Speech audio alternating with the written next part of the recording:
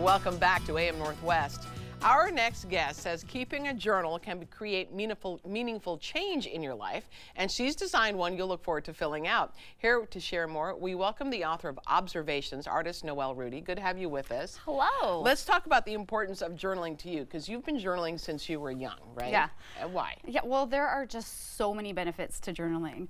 Studies out there show that it can help with, stress and anxiety. Yeah. A lot of times, a journaling habit can just help with your emotional well-being overall, and it can even help boost your immune system.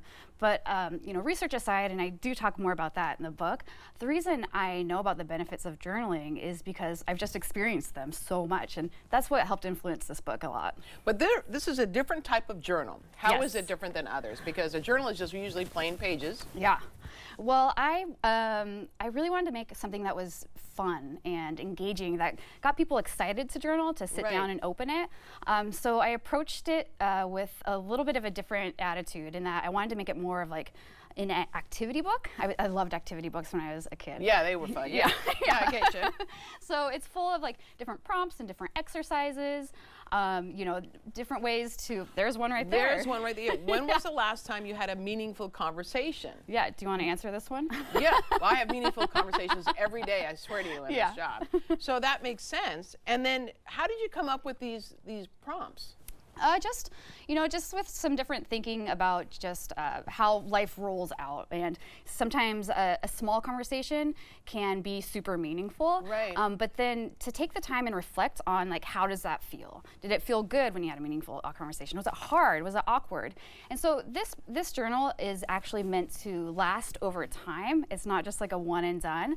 It's not meant to like start on January 1st and end on December 31st. Right. You're meant to hold it over time so that you can look back and reflect. And so when you see some of these prompts in the next year, you can think about that meaningful conversation. Maybe it was hard at that time. Or when was the last time you gave someone a hug? Yeah.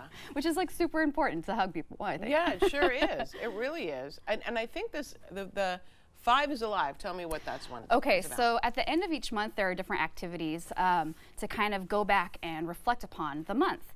So January, February, March, April, May, 5th month. In honor of the 5th month, I thought it would be kind of neat to think about just some of our 5 different senses, and like what were some things that maybe you felt, like touched on your fingertips throughout the month, to reflect upon like something that you smelled or a vision that you saw, just to kind of take a moment and look back at that month and think about your presence in that month and your observations in that month.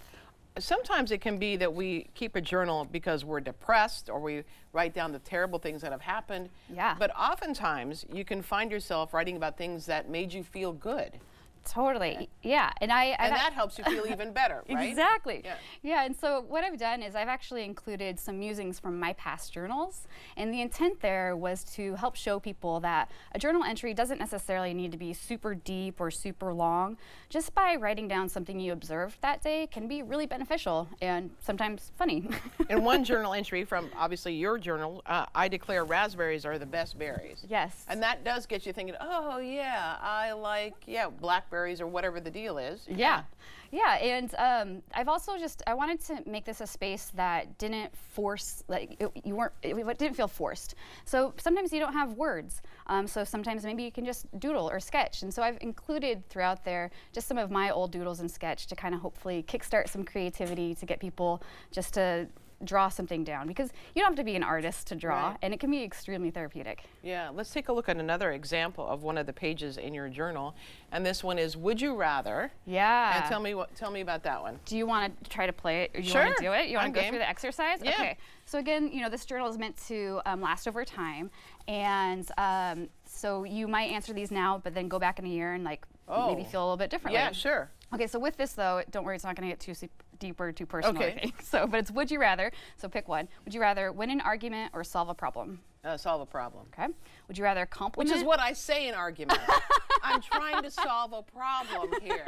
That's how I say it. Okay. That's how you're arguing. Got it. Noted. Would you rather compliment or be complimented? To compliment. Okay. Would you rather watch a sunrise or a sunset? Oh, sunset. Sunset. Okay. Yeah. Would you rather be alone or be in company? Oh, alone. Okay. Can I do alone with my television? Yeah. Okay.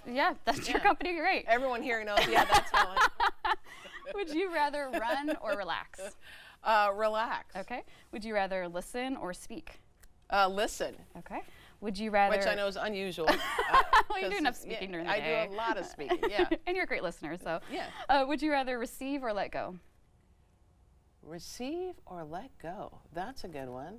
I guess receive. Okay. Yeah. Would you rather be loud or be quiet? Oh, sometimes I'd rather be loud. Yeah. Yeah. Yeah. Great. How would you answer that one? Loud. Loud. I love being loud. I'm so loud. Are you really? I am. Yeah. I just think this is such. What kind of reaction have you gotten from people when they've started the journal? Well, I've got a lot of positive reaction. It's funny. So also throughout it, I've included different quotes that I found either thought-provoking or inspirational. And it's funny. One of the reviews, it said, "Every time I open this book, it's like opening a fortune cookie." Yeah. Well, I'm looking at this quote from Linda Ellerby, one of my favorite people. I've always found that if you wear a large enough hat, nobody minds if you yell at them. Which is funny, speaking of being loud. Speaking of being loud, right? Yeah. Oh, that's great. And what if someone has never journaled before in their life? What would you say? Just pick a page and start? Yeah, like as much as I do want to sell the book and everyone should buy it, you don't have to. You can start today. Like a journaling habit is as easy as picking up a scrap of paper and just write down 3 things you're grateful for. Yeah. You know, even on the worst of days, there's always something we can be grateful for, whether it's a breath of fresh air or, you know, a toilet, just like anything. We can be grateful for so many different things. Right, absolutely. All right, this is incredible. The book is called Observations. We'll put all the information for everyone on our website at KATU.com. Noel, thank you very much. Thank you. I love this book. It's great. All right, we'll be right back with more AM Northwest. Don't go away.